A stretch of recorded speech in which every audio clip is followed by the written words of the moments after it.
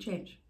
Hello, happy Monday motivation with Erica and Bethany of Dale Carnegie Training of North Dakota and Northwest Minnesota.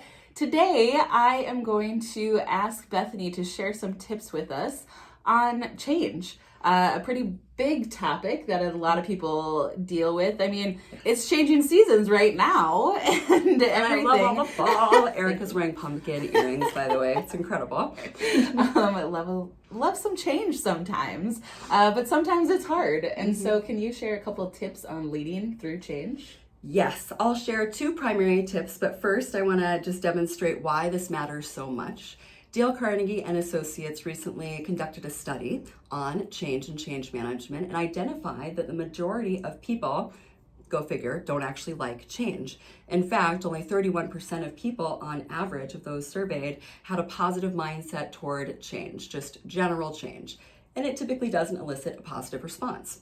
What that means as leaders is we first need to evaluate, instead of jumping into strategy, we have to evaluate mindset. Taking ownership over our own mindset first and foremost.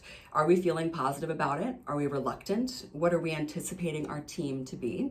And that leads me to my second tip, which is psychological safety. Before we can actually influence change, to ensure that we're not going to just get compliance, we have to do a quick review. When we think about our weekly meetings, are people talking up in meetings? Are they contributing ideas? Are they holding back? And if so, why? Have we taken the time to ask people specifically what their thoughts are? Are they reluctant? Are they encouraged? And how might they go about doing something differently than we would? This allows us to innovate and make sure that we have buy-in. Again, we're using influence so that the result is not compliance, but that it's positive momentum and culture. So those are the two tips. Make sure that we are evaluating mindset instead of just diving right into strategy first. And then the second one is to just get a pulse on psychological safety. Are we creating an environment where everyone can participate and share their ideas openly and honestly? So with that, Erica, what's one tip that you would give from an employee's perspective, someone who is a leader in our business? What do you have to say? What do you think people can do to learn from you?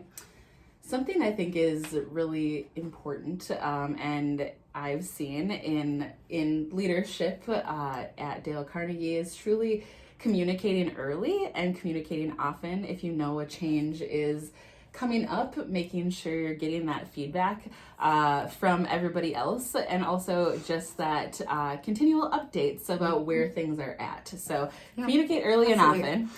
And don't forget the why. So there's Yes. so much to be said about the why. If people don't feel driven by purpose, they don't understand why a change is happening, it's not very likely that they are going to be bought in and excited. That's true.